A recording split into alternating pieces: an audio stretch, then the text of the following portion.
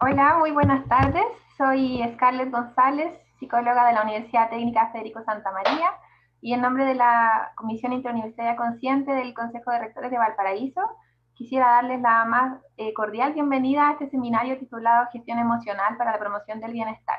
Desde ya agradecemos su interés y participación.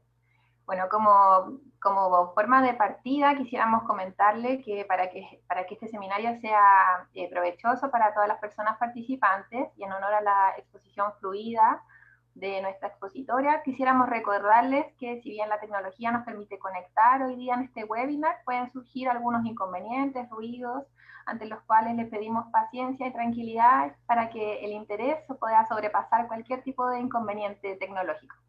Además, les comentamos que este seminario está siendo grabado y transmitido a través de Facebook Live de la página de nuestro programa Consciente y también en el Facebook de la Universidad Santa María. Durante la ponencia, si tienen alguna pregunta, pueden estar realizándola a través de las preguntas de Zoom y habrá un espacio para compartir estas preguntas, el cual estará guiado por Elizabeth Jorquera, que es representante de la Pontificia Universidad Católica de Valparaíso, en la comisión de nuestro programa. Por último, como aspecto importante, este seminario es certificado en torno a su participación, para lo cual les pedimos que puedan poner en su login de Zoom su nombre y apellido para poder de esa manera contrastar su participación. Bueno, luego de este encuadre voy a invitar a Bárbara Huequelet, que es psicóloga también de la Universidad Técnica Federico Santa María y que preside este año la Comisión Interuniversitaria Consciente, para lo cual ella nos va a dar unas palabras de bienvenida. Entonces, paso a Bárbara. Buenas tardes a todos y todas quienes nos acompañan en esta nueva jornada, donde nos reunimos a reflexionar sobre el rol que cumplen nuestros procesos emocionales en nuestra vida cotidiana. Estamos llegando al fin de un año diferente que nos ha desafiado de tantas formas y en tantas esferas en las que nos desenvolvemos, en algunas poniéndonos al límite y en otras llevándonos a adaptarnos de la mejor forma que hemos encontrado. Es probable que también hemos tenido momentos de mirarnos y conocer fortalezas que no distinguíamos, pero también debilidades que nos permiten observarnos con mayor compasión y valorar en mayor medida a quienes tenemos a nuestro alrededor. La invitación el día de hoy es a valorarnos en cuanto personas, en cuanto seres que se relacionan y necesitan de un otro, a relevar el cómo nuestras emociones y la forma en cómo las gestionamos nos permiten comprenderlas como factor protector cuando nos enfrentamos a la vulnerabilidad, a los riesgos que amenazan nuestro bienestar. Esperamos que disfruten lo que hemos preparado hoy día como comisión para ustedes. Como seres en relación y activos constructores de nuestros contextos, creemos como Comisión Interuniversitaria Consciente que es muy importante recordar la relevancia también de la fecha de hoy, por lo que antes de sumergirnos en el mundo de las emociones con la exposición de Adela, queremos hacer un respetuoso paréntesis para conmemorarla. En diciembre de 1999, la Asamblea de Naciones Unidas designó el 25 de noviembre como el Día Internacional de la Eliminación de la Violencia contra la Mujer. Con ello se invita a los gobiernos, los organismos, órganos, fondos y programas del sistema de las Naciones Unidas y a otras organizaciones internacionales y organizaciones no gubernamentales, según proceda, a que organicen este día actividades dirigidas a sensibilizar a la opinión pública respecto al problema de la violencia contra la mujer. A continuación, queremos presentarles un video que nos invita a reflexionar sobre la temática, el cual fue construido por las comisiones Alerta, Consciente y Equidad de Género del Consejo de Rectores de Valparaíso, y que posteriormente podrán ver en nuestras respectivas redes sociales.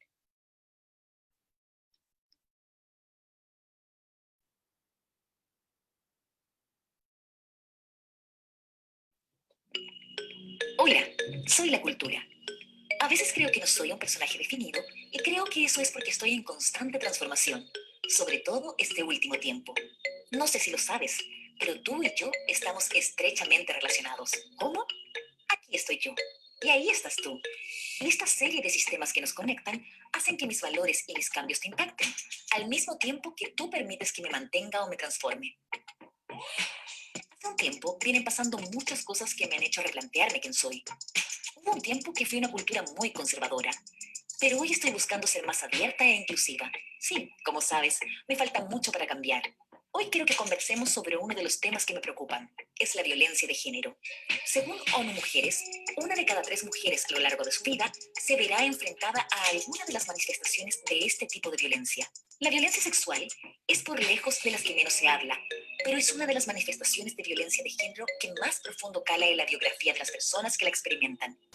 Se entiende por violencia sexual a la acción de imponer o forzar actos de connotación sexual contra la voluntad de la otra persona.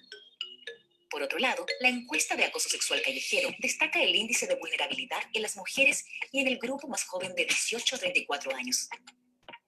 Respecto de los femicidios, en 2018 se registraron 119 frustrados y 42 consumados, y a diciembre de 2019 se suman 95 frustrados y 40 consumados. En lo que va de este año 2020, las cifras no solo no parecen mejorar, sino que en medio de la pandemia cifran en un femicidio semanal el panorama en Chile. ¿Qué entendemos por consentimiento sexual? Se entiende como un acuerdo verbal o no verbal de todas las partes involucradas para participar en un acto sexual a gusto, de forma sana y consciente. Por ello, comprendemos que no hay consentimiento cuando se usa la fuerza o intimidación, malos tratos u otra violencia, cuando la otra persona está privada de sentido o conciencia o tiene incapacidad de oponerse, cuando se abusa de una relación de dependencia. Hay un aspecto importante a tomar en cuenta cuando has consentido en iniciar una relación sexual, que es que puedes retractarte. Exactamente. Cuando hay una intención clara de hacer daño y perjudicar a otra persona, cuando uno o ambos están bajo los efectos de sustancias, cuando hay presión psicológica, por ejemplo, mediante amenazas. Por supuesto, podemos generar acciones claras y concretas. Reeduquemos, somos las comunidades donde existimos. Coloquemos énfasis en el respeto a los derechos fundamentales. Evitemos educar agresores. Comprendemos que un sí explícito y con las facultades cognitivas adecuadas es la única forma de consentir. No insistas, revisa las posiciones de poder desde las cuales te mueves. Recuerda, la cultura la construimos entre todos, por quienes están y por quienes vendrán. ¿Qué sociedad quieres comenzar a construir?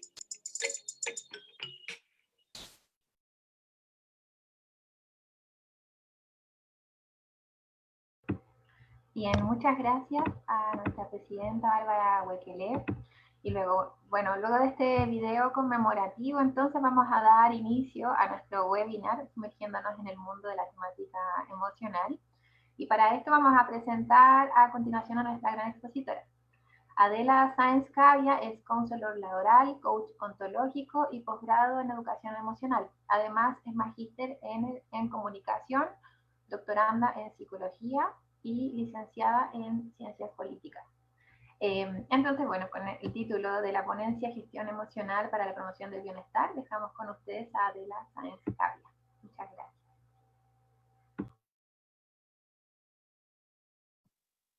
Bueno, hola, ¿qué tal? Gracias Scarlett, Bárbara, por la presentación. Buenas tardes a todos y a todas. Bueno, la verdad que es un día muy especial para hacer esta presentación, así que muy también conmovida por el video que acaban de mostrar y por todo lo que la pandemia está influyendo en todo el tema de la violencia de género. Así que dicho esto, voy a compartir pantalla para mi presentación. Como les dijeron ya las chicas, una cosa que Scarlett no dijo es que soy argentina, ya por mi acento se habrán dado cuenta. Lo que vamos a hacer es yo les voy a ir contando algunos conceptos, algunas ideas, y ustedes pueden ir haciendo preguntas o comentarios en el chat para ir haciendo lo más compartido posible dentro de lo que la virtualidad permite. Y bueno, como decíamos, esto de lo que vamos a hablar hoy tiene que ver con herramientas para gestionar las emociones, para lo cual primero vamos a poner una especie de marco de qué se trata cuando hablamos de emociones, qué es la inteligencia emocional y algunos conceptos que a lo mejor algunos de ustedes conocen, pero tal vez no todos. Y justamente me gusta siempre arrancar con esto de que muchos de ustedes o prácticamente todos y todas serán estudiantes o están vinculados al mundo de la universidad, y que en general en todos los ámbitos educativos en los que nos movemos, hacemos mucho foco en lo que llamamos la educación del mundo exterior, ¿no? Conocer para después poder trabajar e implementar esos conocimientos en nuestra vida diaria, pero muy poco tiempo en general le dedicamos al al conocimiento de nosotros mismos, ¿no? A ese conocimiento de la interioridad, que es de alguna manera la clave para todo lo que es la gestión emocional y la inteligencia emocional. Entonces, me parece interesante como hacer ese primer rescate, ¿no? Hoy vamos a hablar mucho de nosotros y nosotras mismas, de cada uno de nosotros. Y bueno, vamos a hablar de emociones y bueno, se trata un poco de definir, ¿no? ¿Qué son las emociones y para qué sirven? Vieron que muchas veces la palabra emoción, emocional, sobre todo, creo que este último tiempo y gracias a la pandemia es algo que ha cambiado bastante, pero en general la palabra emocional tenía una connotación bastante negativa históricamente y cuando hablábamos de que alguien era emocional, no siempre lo decía como de la mejor manera, ¿no? Era como una connotación negativa. Entonces, un poco lo que vamos a hacer primero es definir y rescatar a las emociones que son fundamentales para nuestra supervivencia, porque si no tuviéramos emociones, probablemente no hubiéramos sobrevivido como especie. Y siempre la definición técnica de emoción es muy compleja porque es muy larga y obviamente hay muchas formas de definirla, pero a mí me gusta siempre apelar a la historia de las palabras y en este caso la palabra emoción viene de emotio, del latín. Tal vez alguno de ustedes, bueno, conozca el origen, y tiene que ver con esto del movimiento, ¿no? Del movimiento de adentro hacia afuera, ¿no?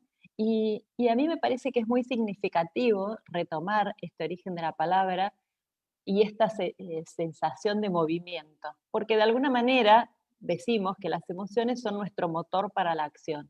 Si no tuviéramos emociones, probablemente no tendríamos muchas de las sí, muchos de los impulsos que hacen que hagamos las cosas que hacemos todos los días, ¿no? Entonces esa vinculación con el movimiento y con la acción. También es interesante pensar que las emociones y sentimientos son fenómenos muy complejos y que se generan de muchas maneras muy diversas, ¿no? Cuando hablamos de emociones pensamos que por ahí es, bueno, sucede algo y me emociona, pero en realidad la emoción puede ser disparada por un acontecimiento externo o interno, o sea, puede ser algo que sucede afuera, pero también algo que yo recordé, algo que me pasó por la cabeza, ¿no? Un olor, un perfume que me trajo alguna imagen del pasado. Entonces puede ser algo externo o interno, puede ser real o imaginario, puede ser algo que realmente esté pasando, no sé, algo que me asusta y que, bueno, despierta en mí el miedo y eso me hace actuar, pero también algo imaginario, ¿no? A veces nuestra cabeza va imaginando cosas y suponiendo que pueden pasar cosas muy terribles y desde ahí nos genera, no sé, angustia. Entonces, y a lo mejor todavía no está pasando nada en concreto, ¿no? Y también puede ser algo que esté actual, pero también pasado o futuro, ¿no? Pasado que nos da tristeza, por ejemplo, o futuro que nos pueda dar también angustia, como hablábamos recién. Entonces, como ven, son fenómenos muy complejos las emociones, pero que tienen mucha importancia en nuestro desarrollo como personas, ¿no? ¿Y por ¿Ya? qué? Porque, sí, Surgió una pregunta. ok, paramos. Danilo Espinosa, él pregunta, ¿cuál es la diferencia entre emoción y sentimiento? Buenísima pregunta. Bueno, en realidad la diferencia es que son todos fenómenos afectivos, hay distintas formas de verlos, pero la distinción más importante entre emoción y sentimiento es lo que nos hace humanos. Una cosa que decimos es las emociones son algo que compartimos con los animales. De hecho, la primera persona en estudiar, en investigar científicamente las emociones fue Darwin, en una búsqueda de encontrar una conexión entre animales y humanos. Y uno de los experimentos que hizo demostró que, que los animales tenían algunas emociones, que son lo que llamamos las emociones básicas. Pero básicamente la emoción es algo instintivo de una corta duración. Y el sentimiento es algo que solo tenemos las personas. ¿Por qué? Porque para que haya sentimiento tiene que haber cognición, tiene que haber alianza entre lo que siento más instintivamente y mi aparato cognitivo, ¿no? Por eso, por ejemplo, cuando hablamos de sentir, y por supuesto la otra cosa que sucede con los sentimientos es que los sentimientos son de más larga duración. Por ejemplo, el amor es un sentimiento que requiere como un trabajo, ¿no? Necesito algo que yo todos los días tengo que ir abonando, o de una manera más negativa, el odio es un sentimiento, ¿no? Es decir, uno no es algo que dura poquito, es algo duradero, que yo lo voy alimentando, lo voy trabajando. Entonces, son dos fenómenos que tienen en común la cuestión emocional, pero de nuevo, solo los humanos podemos tener sentimientos. Y como digo, requiere la cognición, que ahora vamos a ver cuando hablemos de gestión emocional lo importante que es saber sacarle el jugo a esa alianza entre lo más emocional y la parte racional o cognitiva. Bueno, no sé si más o menos quedó claro la distinción, que es muy importante, porque en realidad sin la parte racional muy difícilmente pudiéramos gestionar, ¿no? De hecho, una de las grandes confusiones de por qué lo emocional a veces es percibido de una manera negativa, tiene que ver con que se lo toma como o sos emocional o sos racional. Y la realidad es que las personas somos las dos cosas a la vez, no es una elección. Tenemos emociones y tenemos, eh, digamos, nuestra parte racional. Y de lo que se trata es, de nuevo, es de hacer una alianza entre esas dos cosas y no una disputa, ¿no? A ver cuál de las dos gana, sino realmente de ponerlas a funcionar juntas para lograr justamente el bienestar y un mejor desempeño, bueno, todas las cosas que logramos cuando sabemos gestionar emocionalmente. Algunas cosas que tienen que ver con esto, retomando que hablamos de emociones, es que las emociones y los sentimientos, ahora que ya tenemos la distinción, nos predisponen para la acción, como decíamos recién, y afectan nuestro desempeño, ¿no? Según en qué estado emocional yo esté, va a ser mi nivel de desempeño, mi efectividad, o sea, tiene mucho que ver, no solo en el mundo laboral, sino también en mi vida, ¿no? En mi plenitud, en mi bienestar. Y definen de una manera bastante cercana, o sea, como tienen mucha influencia en lo que consideramos que podemos lograr y que no podemos lograr. Vieron que hay días que uno se levanta como me puedo llevar el mundo por delante, hoy puedo hacer todo, y otros días que por ahí, bueno, estamos como más tomados por emociones que a lo mejor nos hacen ver que no podemos, ¿no? Bueno, todo eso tiene que ver con lo emocional y por eso son tan importantes. También otra cosa que es interesante es que las emociones son muy cambiantes, los sentimientos, como decíamos recién, son más prolongados, pero esto de que son cambiantes es interesante, ahora lo vamos a retomar, para aprender a gestionarlos, ¿no? Porque justamente sabemos que podemos fluir de un estado emocional al otro, ¿no? También son muy contagiosas las emociones, y esto lo vemos mucho cuando estamos, bueno, o con una pareja, o en familia, o en un grupo humano, donde sucede algo que produce, o viene una de las personas que viene muy triste porque le acaba de suceder algo muy triste, y como que todos nos contagiamos de ese estado emocional. Entonces es muy importante también saber que lo que nosotros estamos sintiendo es contagioso hacia los demás, para también tener, por un lado, obviamente, validar la emoción, pero por otro, ser consciente de que esa emocionalidad yo la estoy llevando también al resto, ¿no? Entonces, si yo, por ejemplo, estoy muy enojado y tengo una emocionalidad muy, muy fuerte en relación al enojo, posiblemente ese enojo también se transmita a mis personas cercanas. Ahí, Scarlett, te prendiste porque hay preguntas, vos decime. Ok. No, igual me gusta verte la cara. Y como decíamos recién, ¿no? ¿Para qué sirven las emociones? Básicamente tienen tres funciones, por supuesto muy complejas cada una de ellas, pero en estas tres se resume todo, que un poco las fuimos recién conversando, ¿no? Son adaptativas, es decir, gracias a que tenemos emociones, sobrevivimos como especie, por eso la referencia a Darwin, ¿no? Porque la supervivencia está muy vinculada a nuestra capacidad de adaptación, y nuestra capacidad de adaptación está muy vinculada a nuestra emocionalidad, ¿no? Entonces, todo lo que tiene que ver con el cambio, la adaptación, es una de las razones por las cuales tenemos emociones. La otra es fundamental y es la social, ¿no? Ustedes están en un ámbito universitario, en una edad donde la socialización, como en toda la vida, pero en la adolescencia y en la juventud, es como la época tal vez donde hacemos los amigos más entrañables. Bueno, la función social, si no tuviéramos emociones, no tendríamos, por ejemplo, empatía para conectar con la emocionalidad de los demás. Por lo tanto, la conexión que nos permite la emocionalidad es fundamental. Y la tercera, que es muy importante, que ahora está muy vinculada a todo esto que llamamos de las habilidades blandas para el mundo del trabajo, es la motivacional, que algo recién mencionamos, que es, bueno, es lo que me permite a mí decidir o definir si puedo o no puedo hacer algo. De hecho, la palabra emoción y motivación tienen el mismo origen. Las dos vienen de esto de mover, mover hacia afuera, mover a la acción. Entonces, esas son como las tres funciones de las emociones, y por eso es muy importante rescatarlas y poner en valor nuestro universo emocional, porque si no tuviéramos emociones no hubiéramos llegado a todo esto que hemos logrado, ¿no? Sí. Una pregunta. Caterina Daya te consulta, ¿cómo se puede determinar que el cambio de estado emocional es considerado saludable y no patológico?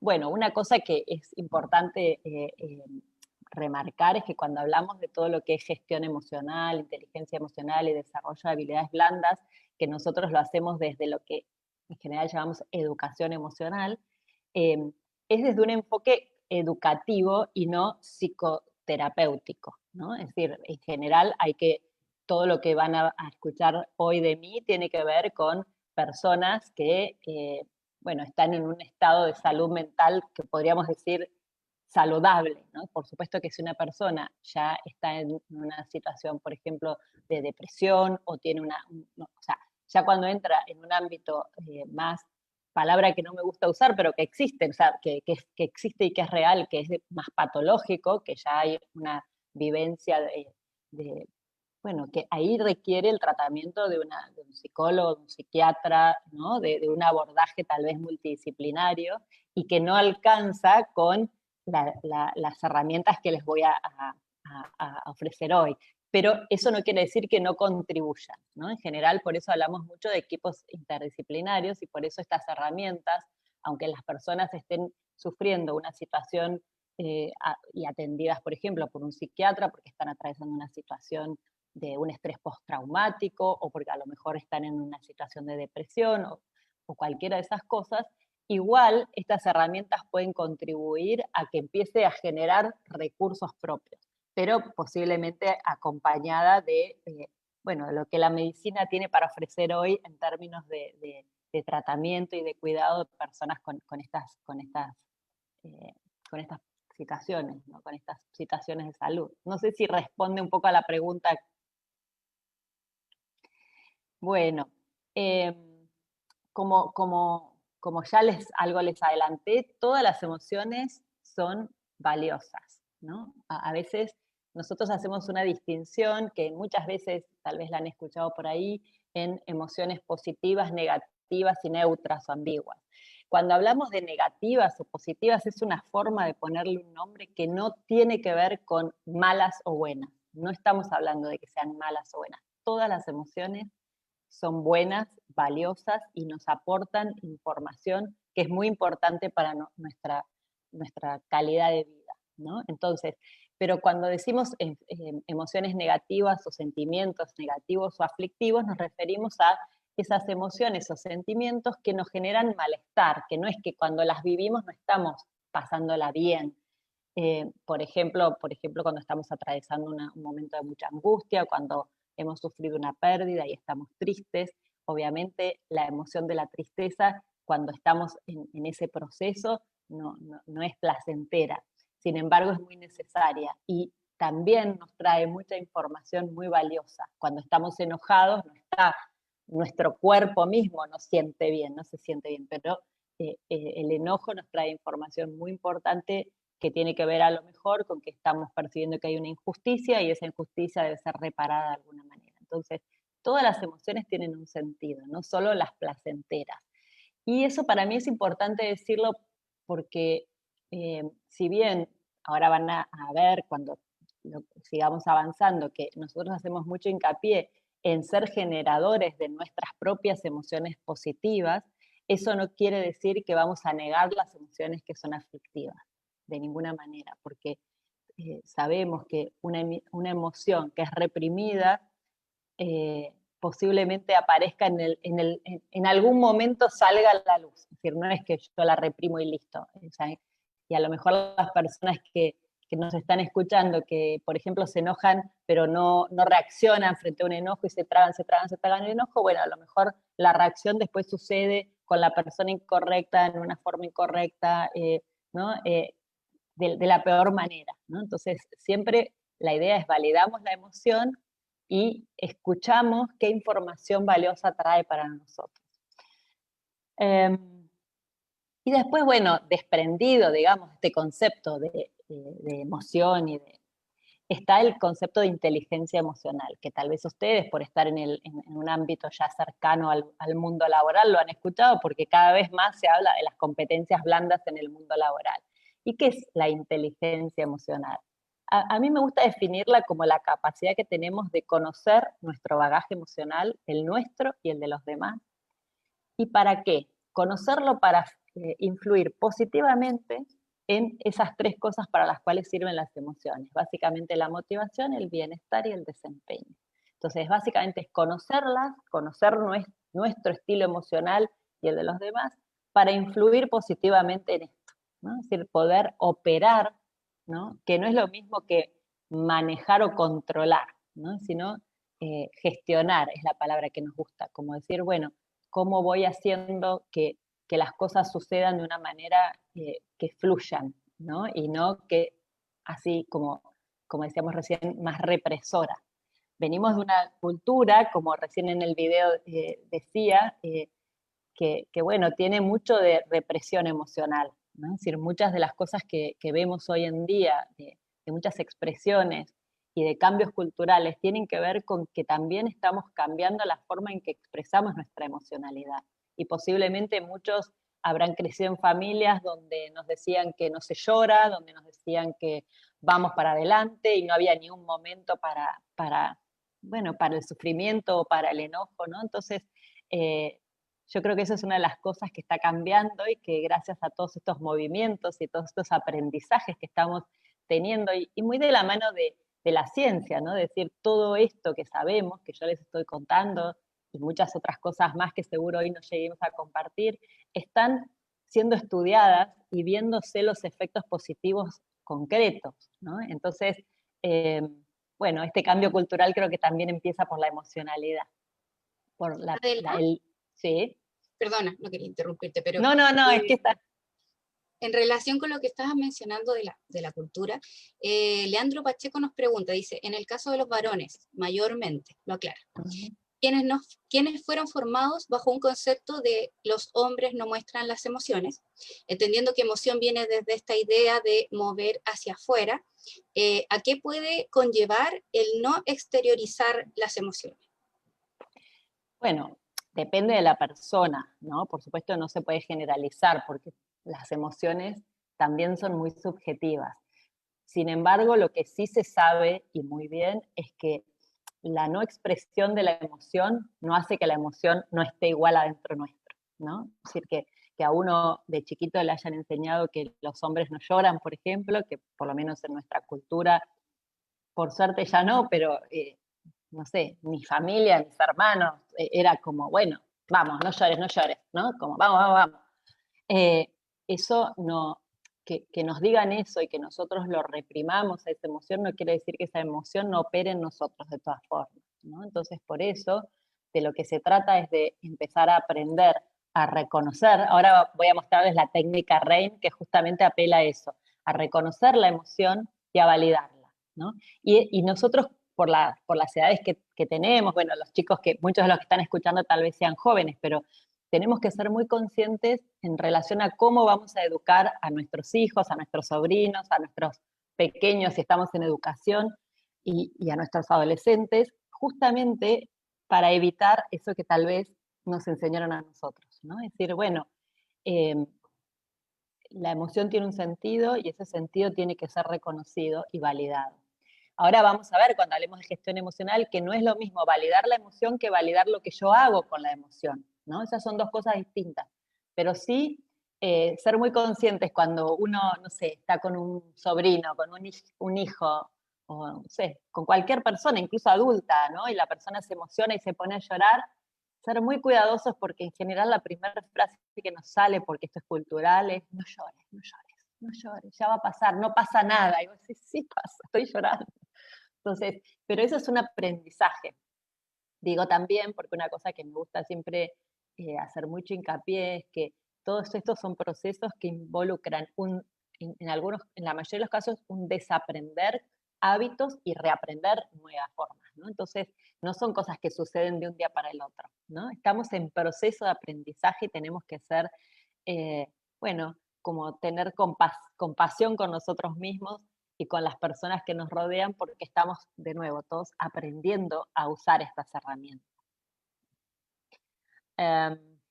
Más o menos quedó respondido.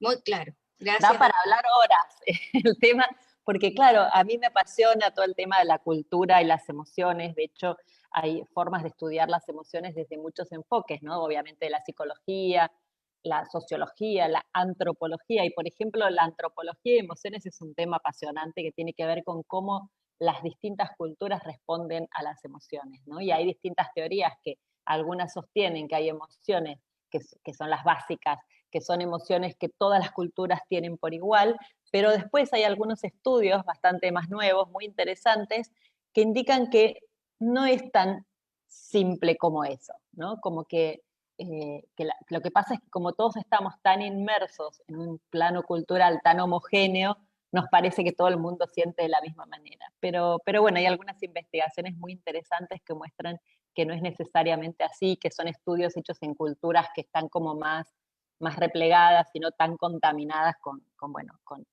todo lo que todos los demás vivimos en el día a día. Bueno, siguiendo, esto es muy rápidamente lo que llamamos los pilares de la inteligencia emocional.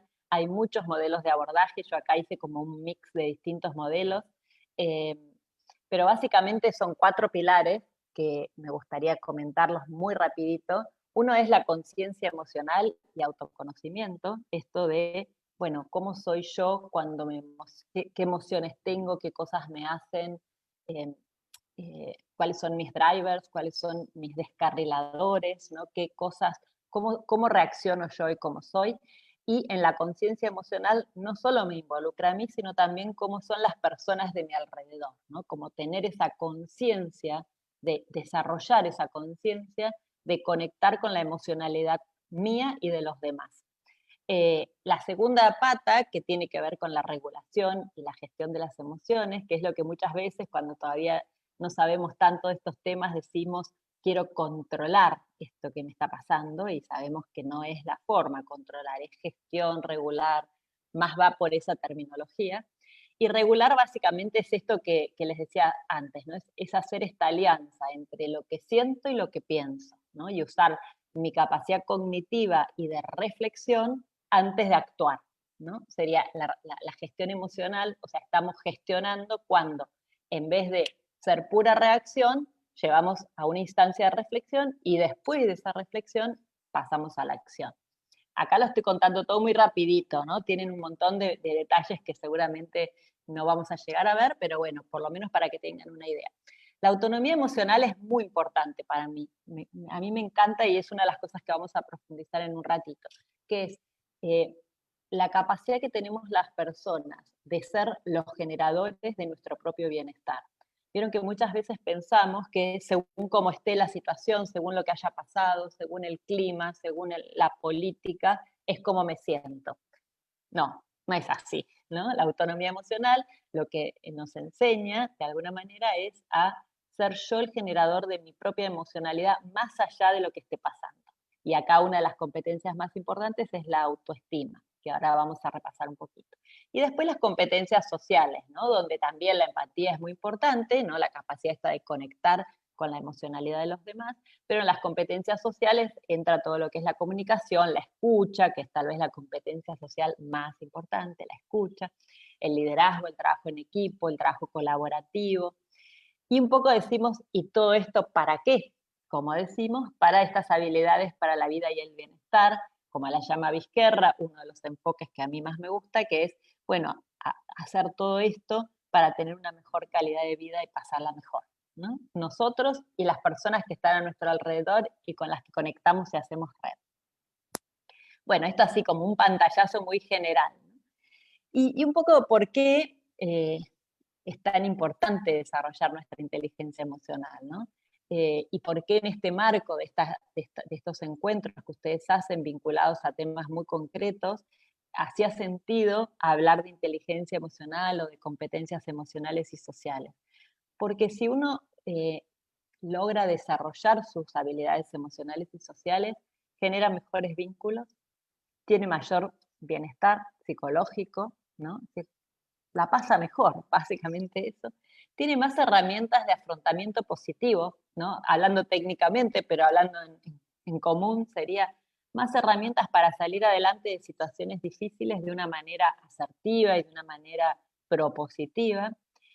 Y por supuesto, al tener todo eso, eh, genera menos conductas de riesgo, ¿no? Es decir, porque ¿para qué esto si yo puedo pasarla bien de esta otra manera? ¿No? Si yo ya aprendí que puedo pasarla bien de esta otra manera y no necesito ni, no sé, ni apelar a recursos externos que me hacen daño a mi salud, o, bueno, o a conductas de riesgo como puede ser, yo qué sé, no sé, la velocidad extrema en una moto, una manera totalmente, ¿no? Es decir, bueno, uno tiene otras formas desde el desarrollo emocional para generar ese entusiasmo, esa energía, esa adrenalina que nos generan algunas cosas de una manera saludable. Y por supuesto, como mucho más sustentable en el tiempo, ¿no?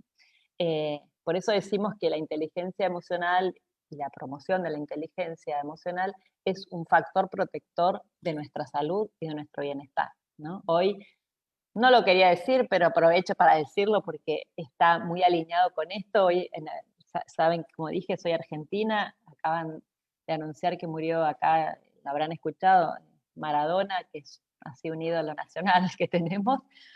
Y la verdad es que creo que habla mucho digamos, su vida, expresa mucho de esto, ¿no? Es decir, bueno, cómo desarrollamos herramientas que nos permitan el bienestar y la felicidad sin apelar a recursos externos que son en el corto, mediano y largo plazo muy nocivos para nuestra salud y para nuestros vínculos. Bueno, y dicho esto, vamos a entrar un poquito en algunas de esas competencias, muy salpicado, pero como para tener algunas cosas más concretas. Siempre, como les decía, todo este proceso arranca por cada uno de nosotros, ¿no? Y por la necesidad de conectar con nosotros mismos y prestar la atención a eso que estamos sintiendo y que nos pasa, ¿no? Y para eso hace falta un espacio de reflexión personal, ¿no? Yo porque, bueno, amo la filosofía y seguramente haya gente que nos escuche que esté también vinculada al mundo de la filosofía, siempre me gusta apelar al gran maestro Platón, bueno, que nos trajo a Sócrates, pero tengo un profesor de filosofía que dice que en realidad la historia de Occidente no es más que notas al pie de los diálogos platónicos. Y a mí me gusta pensar que hay algo de eso, ¿no? Como que uno siempre en la filosofía encuentra muchas de estas cosas. De hecho, fueron los filósofos los primeros que hablaron de las pasiones, como las llamaban ellos. Bueno, describieron cosas que algunas de las cuales hoy tienen mucha evidencia científica, otras no, ¿no? Por ejemplo, Descartes, que fue el que generó esta cosa dicotómica entre pasión y entre emoción y razón, le ha hecho bastante daño con esa dicotomía que, bueno, hoy en día sabemos que no es así. Pero volviendo a Platón, el oráculo de Delfos, que seguramente muchos de ustedes conocen, tenía inscripto, ¿no? Es el conócete a ti mismo. Y me gusta esta parte de este diálogo porque justamente lo que Alcibíades dice a Sócrates es: me pareció que era fácil, pero después me di cuenta que no era tan fácil, ¿no? Esto del autoconocimiento. ¿Por qué? Porque cuando uno trabaja en el autoconocimiento, es decir, esta mirada hacia adentro, hacia quiénes somos, a por qué somos como somos, ¿no? ¿Qué nos llevó a ser como somos? Bueno, uno se encuentra con algunas cosas lindas y con otras que no le gustan tanto. Entonces hay que ser valiente para trabajar el autoconocimiento. Pero soy muy convencida de que esa valentía repaga mucho, porque cuando uno conecta con uno mismo y se conoce mejor, se perdona algunas de las cosas, ¿no? Esto que que vos hablabas antes cuando me presentabas, Bárbara, de la vulnerabilidad. Se acepta vulnerable como es, porque todos somos vulnerables. Y bueno, desde ahí es mucho más fácil reconstruir o aprender cosas nuevas, ¿no? Entonces, hacemos mucho hincapié en el autoconocimiento. Y me gusta también usar mucho esta frase, bueno, soy un poco fanática de este autor, que es más de literatura juvenil, casi diría, Richard Bach, que seguro alguno de ustedes habrá leído, Juan Salvador Gaviota o alguno de sus libros, que tiene algunas cosas para mi gusto muy, muy bonitas. Y esta es una que me gusta mucho y que cuando hacemos talleres trabajamos mucho sobre el autoconocimiento desde esta frase, ¿no?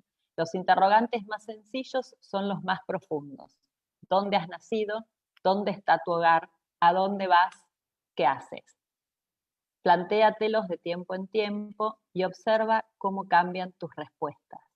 Por eso decimos que el autoconocimiento es como la educación emocional, es un trabajo de toda la vida, porque uno siempre está cambiando y aprendiendo cosas nuevas, y como decía Mafalda, cuando uno aprendió todas las respuestas, le cambian las preguntas, porque de repente uno ya estaba, bueno, bien, mejoré mucho en esto y en aquello, y de repente sucede algo como la pandemia, que nos presenta una situación completamente distinta para nuestras vidas, con un montón de dificultades y también de cosas bonitas, pero que básicamente nos cambia el panorama y nos obliga otra vez a empezar casi a profundizar en nosotros mismos, ¿no? Y esto de Richard Bach a mí me gusta porque integra dentro del autoconocimiento cosas que para mí son muy importantes, que son de dónde venimos, nuestras raíces, porque es muy importante, a mi modo de ver, recuperar nuestras raíces para poder hacer un crecimiento personal importante. Recuperar y validar y valorar, ¿no? Porque a veces estamos un poco peleados con nuestro origen y bueno, y eso nos genera mucha, malestar emocional, ¿eh? En vez de aceptar, validar, reconocer lo valioso que tuvo, lo que haya sido, ¿no? Acá hay un artista argentino que a mí me gusta mucho de niños, que se llama Luis Pesetti, que usa mucho una frase que es: origen no es destino, ¿no? Y decir, bueno, pero hay que conocer el origen, nosotros de dónde venimos y cómo, porque de dónde venimos nos construye de alguna manera como somos. Entonces, de dónde venimos y hacia dónde vamos, ¿no? Y hoy, ¿dónde está mi hogar? Hoy, ¿qué es lo que me hace sentir en casa? Así que bueno, ahí tienen como algunas preguntas existenciales que ya la filosofía traía históricamente y que creo, muestran un poco algunas cosas de autoconocimiento interesantes. Si hay alguna consulta o algo, me decís, ¿eh? Y cuando hablamos de autoconocimiento y de conciencia emocional, a mí también me parece muy importante remarcar la complejidad de lo que implica ser persona, ¿no?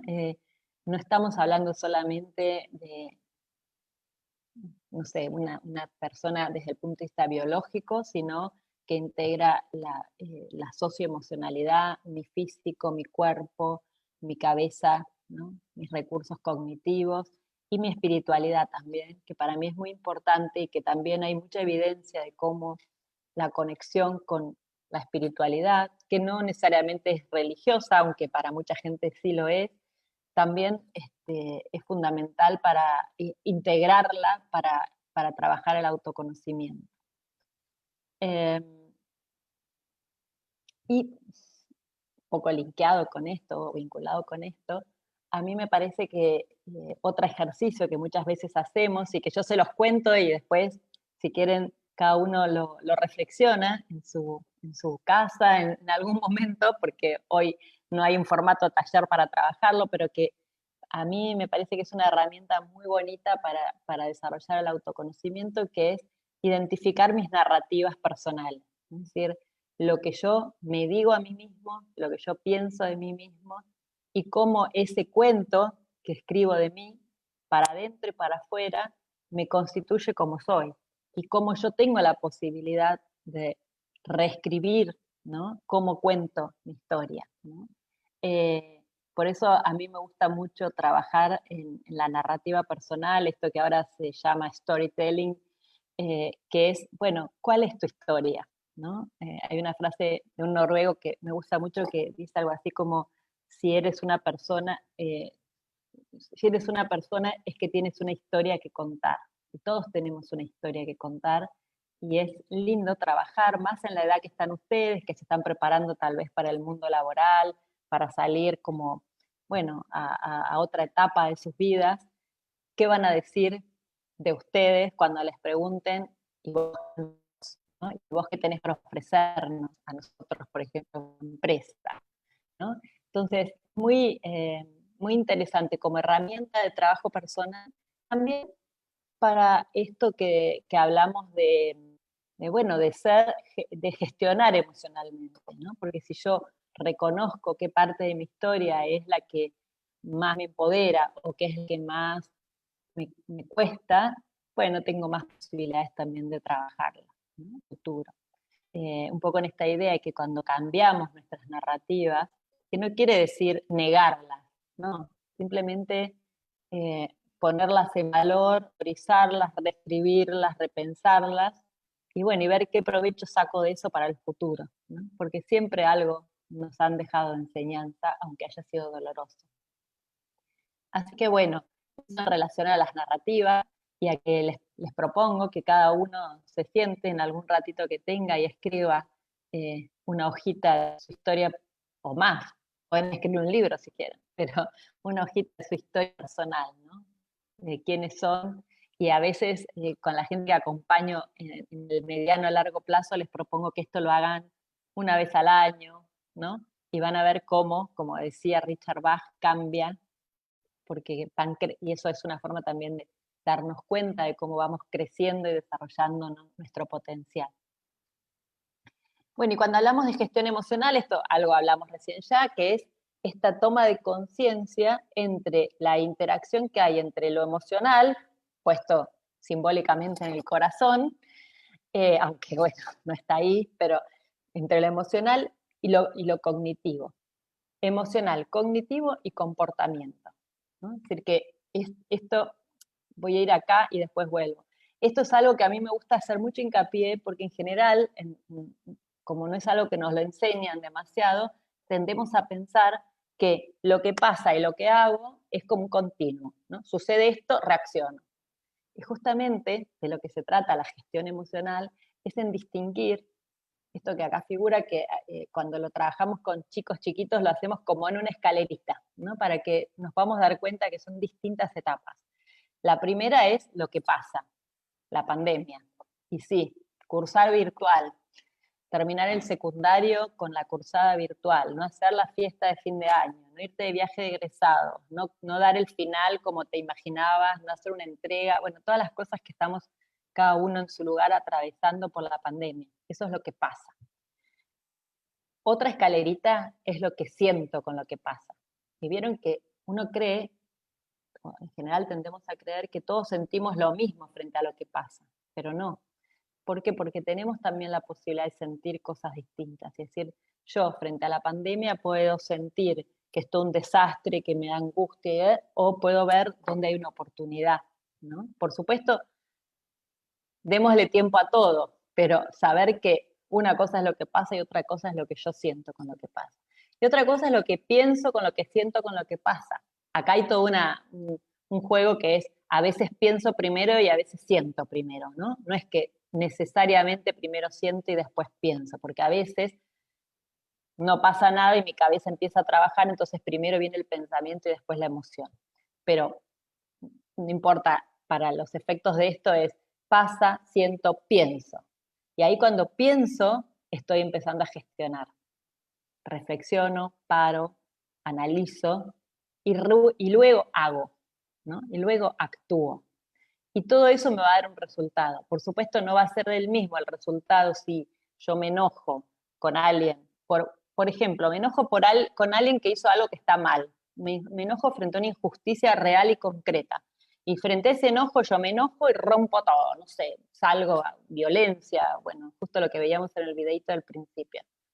Por ahí el enojo tenía un sentido, pero nunca vamos a validar que sobre un enojo lo que hagamos, o sea, la acción, sea algo que haga daño a otros, ¿no? Entonces, y por supuesto va a ser distinto el resultado que yo voy a tener si, por ejemplo, un profesor me puso una nota que no correspondía y yo, no sé, digo una cosa extrema, pero lo quiero agarrar a trompadas, no voy a obtener el mismo resultado que si voy, me siento a hablar con él en un momento que ya haya podido reflexionar, que haya podido pensar una respuesta asertiva, etcétera, ¿no? Porque todo esto, de nuevo, para lograr un mejor resultado, ¿no?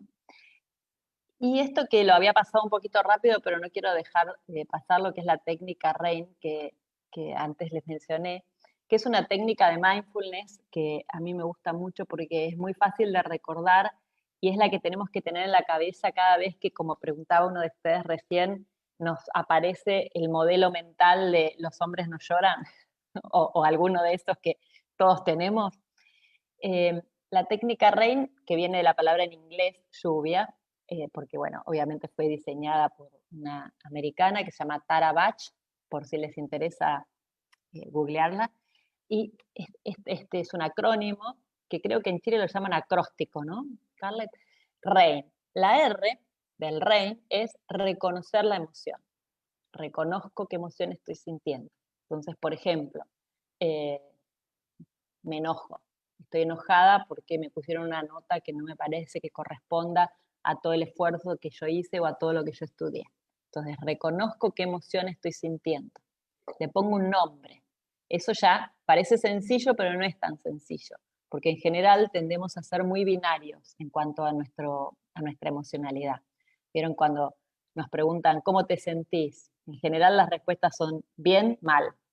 Y algunos, bien, mal o querés que te cuente, o bien o querés que te cuente, ¿no? Entonces es como 3 emociones básicas, cuando en realidad el diccionario español tiene más de 400 emociones descritas.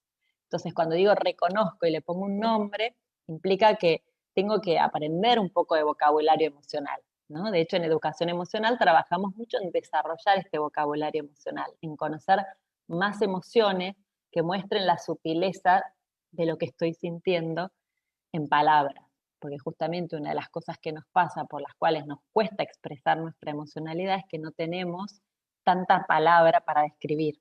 No porque no exista, sino porque no la aprendemos, ¿no? Entonces, por eso, por ejemplo, para eso trabajamos mucho en leer literatura, leer filosofía, ver películas, no sé, obras de arte, ópera, cosas que nos muestren todo el bagaje emocional del que es capaz la humanidad, que es muy impresionante. Entonces, bueno, la R reconozco y le pongo un nombre a esa emoción que estoy sintiendo. Si soy yo, pero si es mi hijo también, ¿qué es lo que está sintiendo? ¿No? Preguntarle, ¿qué es lo que está sintiendo? A ver si me lo puedes contar, si me lo puedes describir.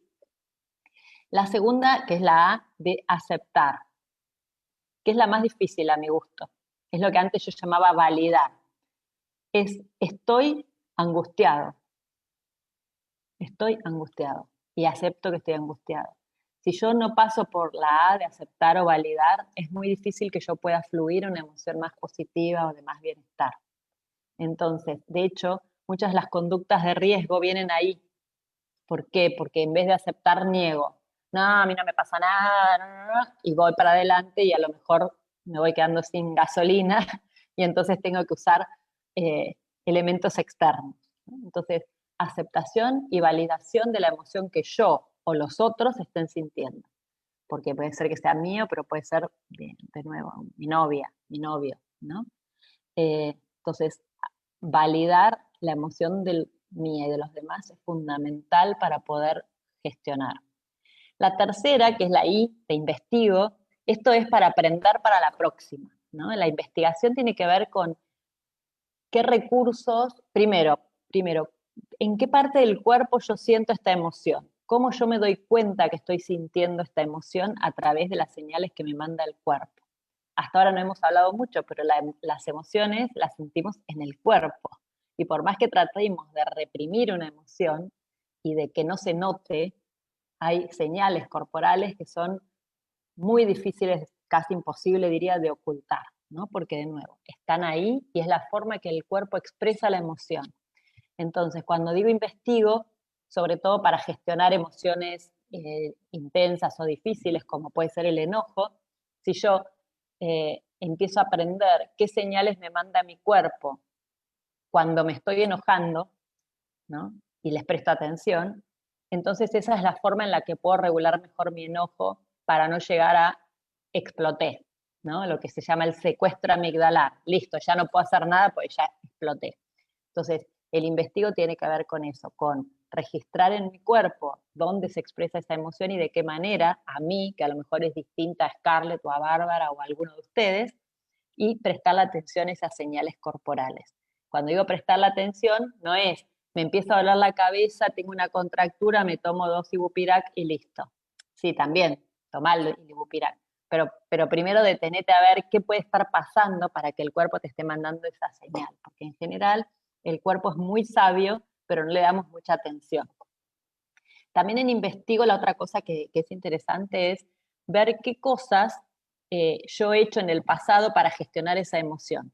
Las que funcionaron, para replicarlas, y las que no funcionaron, para decir, esto no lo puedo volver a hacer, porque cuando lo hago, arruino los vínculos, digo cosas que no quería decir, como que no es la forma, ¿no? Entonces, en esa investigación también está aprender de mis reacciones anteriores, ¿no?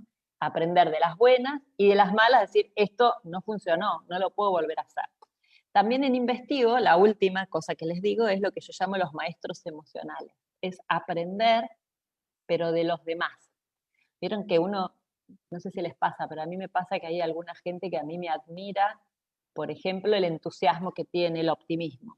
No sé, yo, por ejemplo, de base emocional no soy tan optimista por naturaleza. Es una cosa que trabajo mucho para hacer, pero no soy optimista por naturaleza. Mi marido, por dar un ejemplo, es hiper mega optimista, o sea, él siempre ve lo optimista en todo. Entonces yo, por ejemplo, aprendo mucho de él y lo observo y digo, a ver, ¿cómo hace? Y voy aprendiendo y rescatando aprendizajes para aplicar en mí cuando yo los necesite. Y el último, la N de no me identifico, es a veces cuando estamos sintiendo una emoción muy intensa, por ejemplo, la tristeza, o por ejemplo el enojo, o la angustia, así, que está como, que sentimos que estamos tomados por esa emoción, lo que tengo que acordarme es de que no soy esa emoción. Yo estoy sintiendo angustia, pero yo he sentido otras cosas. Yo estoy sintiendo enojo, pero no soy el enojo. Y eso es muy importante sobre todo para emociones como la angustia, la tristeza, porque cuando estamos sintiendo tristeza, por ejemplo, por una pérdida muy cercana, nos cuesta ver como la luz al final del túnel, ¿no? Como dicen, porque obviamente estamos tomados por la tristeza. Entonces, en esos momentos no se trata de negar la tristeza, pero sino simplemente de recordar que no somos solo tristeza, que a veces podemos convivir con la tristeza otras emociones que no la inhabilitan y que en algún momento yo sentí emociones distintas a estas que estoy sintiendo. Bueno, a ver qué más. Esto ya lo conté. Me queda lo de autoestima y resiliencia. No sé cómo estamos, ustedes me dicen, Bárbara o Scarlett, o si hay alguna pregunta y quieren ahora que la hagamos. O Elizabeth. Estamos bien, Adela, pero sí, nos pasamos 10 minutitos. Hay algunas preguntas también, pero yo creo que las voy a dejar más para el final. Bueno, entonces yo lo que hago es cuento muy rapidito autoestima y algo muy cortito de resiliencia y ya cerramos. Perfecto. Muchas gracias, Adela. No, de nada. Bueno, la autoestima, ¿por qué es importante? Por esto que yo les decía recién de la autonomía emocional, ¿no? Para yo tener autonomía emocional, es decir, no depender de lo que los otros piensan o dicen de mí para saber cómo estoy yo, necesito tener una buena autoestima. Por supuesto que la autoestima se conforma en gran medida en la edad muy temprana, de 0 a 3 años, pero sabemos, y hay mucha evidencia de que la podemos trabajar toda la vida, la autoestima. Y cuando hablamos de autoestima, ¿qué es la autoestima? Básicamente es la valoración que hacemos de nosotros mismos y que se constituye básicamente por 2 cosas. Por mi propia apreciación personal, ¿no? Como yo me veo a mí mismo, y eso es lo que de alguna manera se construyó en mi historia, como yo me veo a mí mismo, y también por la apreciación que los demás hacen de mí, ¿no? Por eso es tan importante dar esto que a veces hablamos del feedback positivo, ¿no? Es decir, valorar el esfuerzo, el trabajo, la alegría, las cosas que los demás hacen solo por valorarlo, porque eso contribuye al desarrollo de la autoestima de esas personas, ¿no? Y así como a nosotros nos gusta que nos digan, qué bueno esto que hiciste, qué lindo esto que lograste, también a los demás. Entonces seamos fortalecedores de autoestima de los demás, de nuestros amigos, de nuestras familias, nuestros hermanos, haciéndole lindos halagos y buenos comentarios de las cosas que van logrando, que van haciendo, aunque sean pequeños logros, ¿no?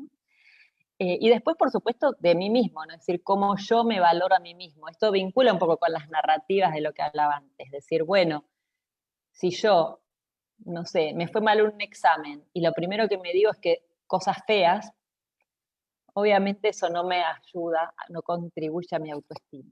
En cambio, si me digo, bueno, esta vez no salió bien, pero voy a estudiar un poco más y la próxima va a salir mejor, seguramente, o yo di bien este examen y este otro examen, yo soy buena estudiando, ¿no? Eso seguramente me va a hacer sentir más fuerte, y eso contribuirá con mi autoestima. Y como algunas pinceladas de cómo desarrollar la autoestima, muy simples, pero que a veces no las ponemos en práctica y están buenas. Uno, esto de creer en la capacidad de aprender, en la propia capacidad, es decir, todos estamos en aprendizaje. Si hay cosas que no me están saliendo hoy, no quiere decir que no me van a salir mañana. Estamos en proceso. Entonces, creer en mis capacidades y en mis fortalezas. Para eso también las tengo que tener mapeadas. Yo tengo que saber cuáles son mis fortalezas, cuáles son mis capacidades, mis mejores capacidades, porque el crecimiento personal se da desde las fortalezas, no desde las debilidades. ¿Vieron cuando se hacen los análisis estos FODA que están buenos, pero la palabra debilidades es demoledora? Entonces, hagámoslas desde las fortalezas. Tengan muy claras cuáles son sus fortalezas y desarróllenlas a su máximo potencial. Eso les va a dar mucha autoestima. La otra es aceptar nuestras capacidades, nuestras competencias sin comparar nocivamente con los demás. Eso no quiere decir que yo no tenga una aspiracional, no sé, que admire a alguien y diga, ojalá algún día yo pudiera ser como hace tal, ¿no? Eso es muy bueno y muy valioso. Lo que no es bueno es la comparación esa que al final me termina perjudicando, me termina haciendo sentir mal. Después aprender esto del famoso miedo al error y al riesgo, ¿no? Al riesgo sano, al riesgo medido, ¿no? Esto es también una cosa muy cultural. Hablamos mucho de que del error se aprende, pero la realidad es que todo el sistema está armado para que no haya error. Y si hay error, no está bueno. Entonces es un poco contradictorio. Por lo cual les propongo que superemos eso y que veamos realmente todo el aprendizaje que podemos generar de las cosas cuando no nos van tan bien, o de si fallo en un examen, o de si, no sé, porque ahí me descubro como una persona distinta a cuando me va bien, ¿no? Entonces es una oportunidad para aprender de mí mismo. Después, celebrar los logros. También, sí, obvio, ya sé que tengo que celebrar los logros, pero la verdad es que nuestra cultura dedica muy poco tiempo a celebrar los logros. Y cuando decimos los logros, me refiero a grandes logros. Imagínense los pequeñitos, ¿no? Los logros de que a lo mejor hoy tenía que estudiar mucho, pero esta charla me interesaba y me quedé un ratito acá escuchando para ver si algo de esto me servía. Y eso es un logro, porque tuviste que reordenar tu agenda para por ahí meter en un huequito esta charla. Por dar un ejemplo. Entonces, celebremos todos los pequeños logros que vamos. De hecho, hay mucho que se ha escrito y mucho que se ha investigado sobre la importancia de la gratitud y sobre la importancia de cada noche o cada mañana al levantarme a agradecer 3, 4, 5 cosas que me hayan pasado. Y eso está muy estudiado de cómo nos fortalece y nos hace sentir más grandes, más importantes. Y después, bueno, esto del propósito, ¿no? ¿Para qué estoy acá? Que ahora lo voy a retomar, así que eso lo dejo por ahora ahí. Y lo último, ya les prometo, esto de la resiliencia, que también en este momento de pandemia es un término que se ha puesto como muy de moda, es un término bastante nuevo, la realidad es esa. Nuevo me refiero a que es un término que empezó a ser a circular en ámbitos académicos allá por los 70, y se divulgó en los 2000, no antes, realmente no antes. De hecho, muy poca gente hasta la pandemia sabía pronunciarla la palabra. La resiliencia es la capacidad que tenemos las personas o los grupos, porque también hay países resilientes, sociedades resilientes, de afrontar las situaciones difíciles y sobreponernos, resurgir. De hecho, resiliencia viene de rebotar, pero no salir, sobreponerse de cualquier manera, sino habiendo aprendido algo, saliendo fortalecido y transformado. Por supuesto que esto parece fácil y es muy difícil. Y por supuesto no sabemos que estamos siendo resilientes mientras estamos atravesando la situación de adversidad como nos pasa ahora. Ahora estamos atravesando, estamos como muy adentro de la pandemia todavía, para darnos cuenta todo lo que estamos aprendiendo y todo lo que estamos transformándonos. Pero estoy segura que en unos años, vacuna por medio, vamos a mirar para atrás y a decir, mirá lo resiliente que fui en esa época, ¿no? Yo o mi país, mi sociedad, mi grupo de amigos, etc. A mí me gusta mucho el concepto de resiliencia porque me parece, como dice ahí, que es un concepto que tiene un gran poder de inspiración. Para mí, pensar que en el peor momento de nuestras vidas, en realidad, estamos decidiendo cómo queremos seguir y hacia dónde queremos ir, es, bueno, es algo que solo las personas podemos hacer, ¿no? Hay muchas historias de resiliencia, seguro ustedes son una viviente o conocen a alguien, o una abuela, o no sé, todos conocemos a alguien que lo miramos y decimos, wow, ¿cómo hizo? ¿Cómo hizo para salir adelante de esa situación? Y la realidad es que la resiliencia es como esa metáfora de que el futuro lo podemos crear. A pesar de que estamos atravesando una situación muy difícil, nosotros somos los hacedores de nuestro futuro, ¿no? Eh, de hecho, así el gran autor de la resiliencia, aunque él no la llamó así porque no existía el término en aquel momento, es este señor que está ahí, que tal vez muchos de ustedes pueden haber leído algo, y si no leyeron, les recomiendo mucho que lean. Se llama Viktor Frankl, es el fundador de una corriente psicológica que se llama logoterapia, que escribió un libro que se llama, entre otros, El hombre en busca del sentido, y ahí habla de todo esto. Él era un psiquiatra que estuvo en el campo de concentración de Auschwitz, sobrevivió al campo, fue uno de los que sobrevivió al campo, y básicamente en su libro narra las experiencias del campo de concentración, pero no en los términos, por supuesto es duro el libro, pero en unos términos muy esperanzadores de qué es lo que él descubrió, aprendió de él mismo y de sus compañeros, de los que tenían la suerte, porque ahí sí era la suerte de que ese día no les tocaba morir, pero los que no les tocaba morir por decisión del campo de concentración, igual ellos tenían, ¿no?, como ahí que seguir sobreviviendo en un ámbito muy, muy, muy hostil. Entonces él, en ese libro precioso, habla del propósito y un poco su teoría esta de que si uno tiene un para qué, siempre encuentra el cómo, ¿no? Entonces a veces tengamos esa frase grabada para los momentos difíciles de nuestra vida de ¿cuál es mi para qué? ¿Para qué estoy acá?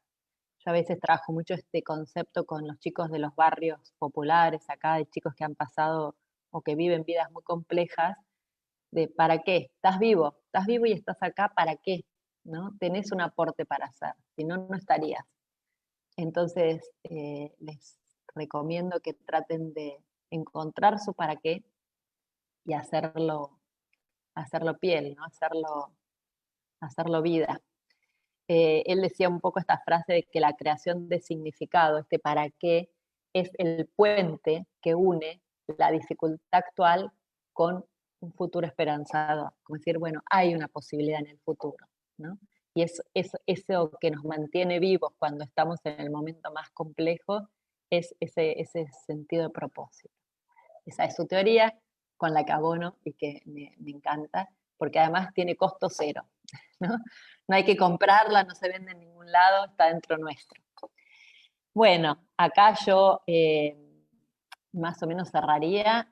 Me gusta siempre, esta es una poesía que seguramente conocen, que de este señor Nelson Mandela, que estuvo muchísimos años preso. Si hay alguien que podría estar enojado, era él, injustamente preso, y en la cárcel, en Robben Island, ahí donde estaba su celda, tenía pegada una poesía que mucha gente cree que la escribió él, pero en realidad no la escribió él. Pero bueno, acá hay una partecita que me gustaría dejarles de cierre. No importa cuán estrecho sea el camino, cuán cargada de castigo es la sentencia, yo soy el amo de mi destino, soy el capitán de mi corazón. Bueno, hasta ahí más o menos iba lo mío. Muchas gracias, Adela, por esa excelente exposición y por también darnos la oportunidad, perdón, de interrumpir o hacer las preguntas en el momento. Muchas gracias. Como habíamos mencionado, quedaron algunas preguntas en el tintero, así que las vamos a abocar ahora. Mira, principalmente algunos preguntan respecto a cómo poder gestionar las emociones respecto a la denominada generación de cristal, ¿ya? Dice, ¿qué opinas tú en lo principal de aquella noción de la juventud de hoy? Bueno, yo soy muy disruptiva. Desde ya les digo, para mí cuando la gente habla en esos términos de cualquier generación, me enoja.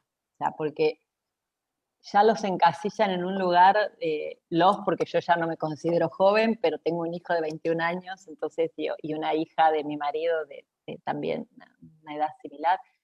A mí me enoja mucho, porque yo creo que eso es etiquetar a toda una generación en el marco de, no sé, no tienen las camisetas puestas, no sé, muchas cosas que a veces se dicen de los jóvenes que para mí es muy ofensivo para con ellos y para, en general, o sea, generalizar de esa manera me parece horrible y estigmatizante.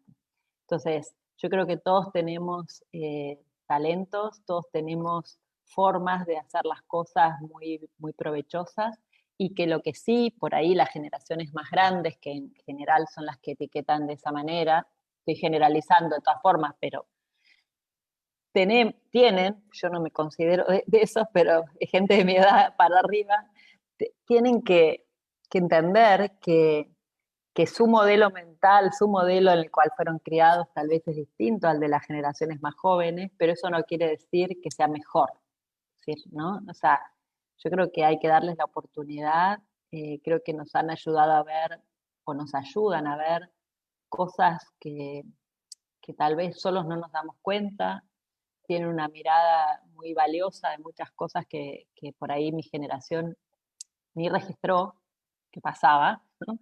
Una sensibilidad muy especial. También tienen como mucho interés por defender derechos y, no sé, situaciones que por ahí en nuestra época no sucedían.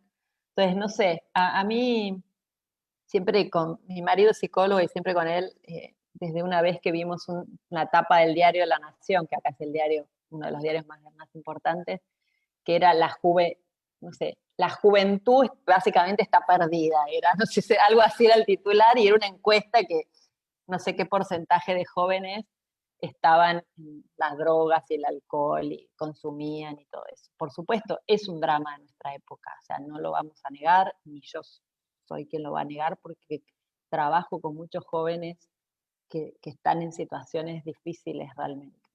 Pero no podemos generalizar ni ponerle esos estigmas como que, bueno, todo metido en la misma bolsa, todo mezclado.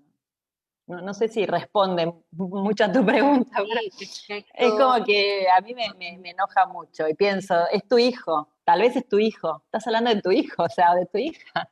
¿Cómo vos lo educaste? ¿Cómo puedes pensar eso? ¿No?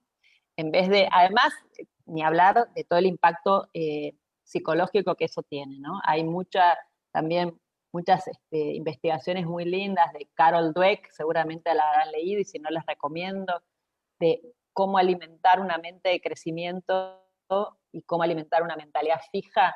Y bueno, si nosotros creemos que las cosas son estancas, estamos alimentando mentalidades fijas. Y realmente todos sabemos que todos podemos crecer, desarrollarnos, desplegar. No sé, más vale abonar eso, me parece. Perfectamente, aparte que son los jóvenes quienes nos muestran lo que viene, o sea, las nuevas problemáticas. Si no fuera por ellos, tal vez, como dices tú, estaríamos estáticos. No, y además que ni te quiero decir generaciones como la mía o para arriba, la de mi papá. Es decir, todo bien, pero ¿qué me vas a decir? Tampoco es que nos están dejando un mundo que esté muy bueno, o sea, digo, todos tenemos nuestra parte de responsabilidad y es mejor ver lo positivo que cada generación, en el caso de lo que estamos hablando generacional, aporta. Lo mismo cuando me hablan de los docentes, ¿viste? Los docentes son poco comprometidos, ¿viste? Un montón de etiquetas, y vos decís, ¿qué docentes? O sea, los que se levantan a las 6 de la mañana y terminan a las 9 de la noche y en el medio pasaron por 5 colegios, ¿eso? No sé, yo no lo hice nunca eso. Vos tampoco sabiste y a veces la gente como que fácil criticar y no ponerse justamente con empatía en el lugar del otro y de cómo eso estigmatiza, ¿no? Y genera un impacto. No es costo cero decir estas cosas. Exacto. Mira, Laura Castillo también, bueno, ella menciona el contexto de la pandemia y Paola Bustamante se aproxima un poco más respecto a la pregunta y quiere preguntar principalmente a través de este contexto de pandemia y atender estudiantes a través de Zoom, de todas las plataformas, cómo poder decodificar las emociones a través de esta pantalla. Muy buena pregunta. Es que no sabemos. Viste, la pandemia nos ha traído un montón de novedades para las que no tenemos respuesta. Bueno, empezando por no tenemos respuesta para el virus, ¿no? Yo creo que, como decían en otras ocasiones, estamos aprendiendo. Sabemos que las emociones se codifican por nuestra corporalidad y nuestra facialidad. Por eso a mí me impacta mucho, me impacta no quiere decir de manera negativa, me llama mucho la atención porque muchas veces las clases, los docentes, no pueden decirle a sus alumnos que prendan la cámara porque se les cae el sistema, o sea, porque no tienen buen wifi y son 50 cámaras, no se puede, y además un docente 50 cámaras no las puede ver todas juntas. Entonces, si bien sabemos que algo se puede captar aún desde la virtualidad, por nuestra facialidad, por nuestra gestualidad, la realidad es que no sé cómo es en Chile, pero por lo menos mi hijo todas las clases las tiene con la cámara apagada, salvo cuando está dando examen. Y yo te juro, lo admiro mucho a los profesores y a los alumnos, porque es muy difícil aprender sin mirar, sin mirarte, porque transmitimos mucho a través de nuestra gestualidad, y mucho del entusiasmo, ¿no? Que es tan fundamental para un docente y para el aprendizaje. Dicho esto, es lo que hay. No hay otra, o sea, no hay otra posibilidad. Prefiero verlo con optimismo y decir, por suerte, esta pandemia nos encontró en este siglo con la virtualidad como una posibilidad, muy limitada para muchos ámbitos, pero por lo menos tenemos la posibilidad. Y bueno, el otro día leí un libro de la pandemia de la gripe española o de la peste negra, y a mí me interesa mucho cómo la salud cambió la historia de la humanidad, ¿no? Las grandes pestes de la historia. Y bueno, ahí no tenían wifi, no tenían nada de todo esto, entonces no sé cómo hicieron. Pero acá estamos como humanidad. Por supuesto que va a tener un costo, imagino, ¿no? Muchas veces, qué sé yo, ir al colegio con barbijo, ¿no? Por ejemplo, en los lugares donde ya se empieza a ver clases físicas, que eso ya es un gran avance, pero igual estar todo el tiempo con barbijo, no te ves, se reduce mucho nuestra lectura, ¿no?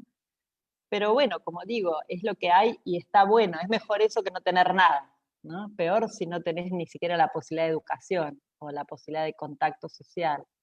Entonces, es todo un desafío. Yo pienso que admiro muchísimo, muchísimo al mundo de la educación, lo que está haciendo este año. Realmente me parece, creo que muchos padres y madres este año empezaron a agradecer a sus colegios de verdad. Viste que no sé cómo será en Chile, acá en Argentina siempre los padres van y se quejan al colegio, todo está mal. No siempre, pero son muy quejosos. Y yo digo, ¿vos sabés lo que es educar a todos estos pibes? Y ahora que los tienen adentro de la casa y que se les trepan y tienen que hacer la tarea y enseñarles, creo que han puesto en valor de una manera que ojalá nunca hubiera tenido que pasar, pero bueno, todo lo que es la educación y toda la entrega que tienen, ¿no? Los docentes, los educadores y también los alumnos, porque, ojo, estate en primer grado virtual, aprender a leer y a escribir en virtual, es muy desafiante también para los alumnos. Pero bueno, creo que vamos a aprender muchas cosas, de verdad. Tal vez no vamos a aprender a leer y escribir como hubiéramos aprendido en la normalidad. Una nena que está en primer grado, tengo una amiga que está luchando para que aprenda. Y no, va a aprender más tarde. Pero esa nena no se olvida más de la pandemia y de todo lo que vivió. O sea, y seguro va a rescatar aprendizajes porque como humanidad tenemos, no sé, es una cosa que creo que tiene que ver con la supervivencia, de siempre rescatamos, al final rescatamos las cosas positivas y los aprendizajes. Muchas gracias, Adela. Bueno, pedimos disculpas a quienes tal vez hicieron consultas, lamentablemente por el tiempo no podemos incluir todas las preguntas, pero vamos a mencionar una, que la vamos a combinar con otra. Carolina Sánchez, ella pregunta, ¿qué efectos podría tener en la vida adulta la represión de las emociones en niños y niñas? Bueno, y también Paulina Vega pregunta, ¿qué ocurre con las personas cuando no reaccionan ni en el momento ni tampoco después? O sea, ¿qué pasa cuando esta reacción en el fondo queda tal vez en un pasado? ¿Qué pasa en el presente? En 3 minutos.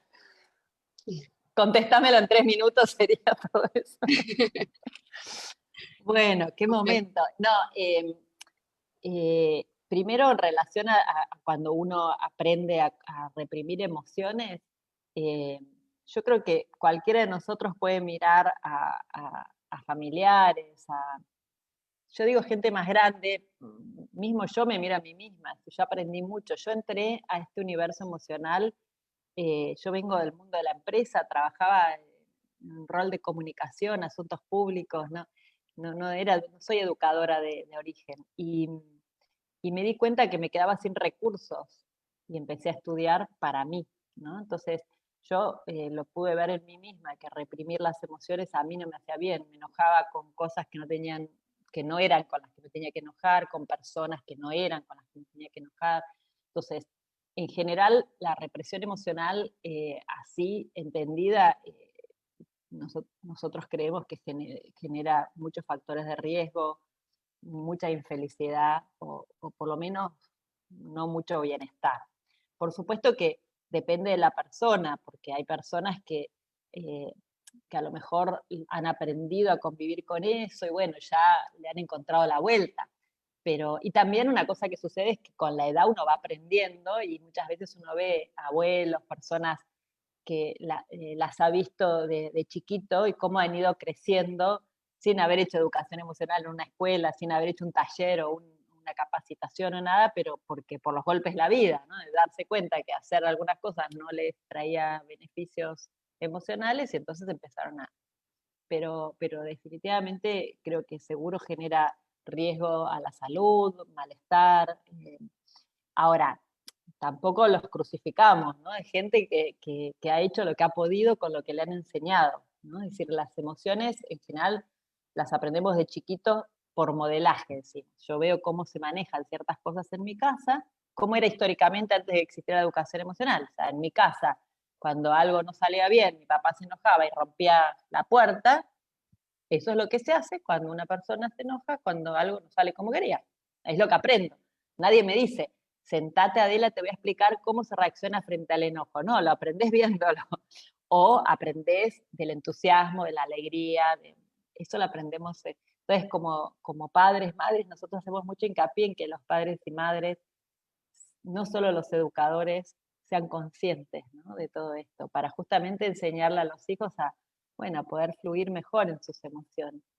Y respecto a lo otro, que ahora ya me olvidé porque ¿Me la recordás la segunda parte de la pregunta? Sí, que en el fondo era, ¿qué pasa con aquellas personas que no reaccionan ni en el momento, Sí. ni tampoco después? Que en parte una relación con esto de quedarse con cosas tal vez guardadas desde niño. Y en general, a mí me ha pasado de muchos talleres, cuando por ejemplo el enojo es un ejemplo que doy porque, bueno, a todos nos enojamos de alguna manera, de un montón de gente que me ha dicho, no, yo no me enojo. No, ¿sabes que yo no me enojo? Buenísimo. Y después de, qué sé yo, 4 o 5 encuentros trabajando el tema, resulta que tenía una úlcera como una casa. O sea, sí se enojan, pero se enojan como para adentro, digamos. No sé, uno puede enojarse.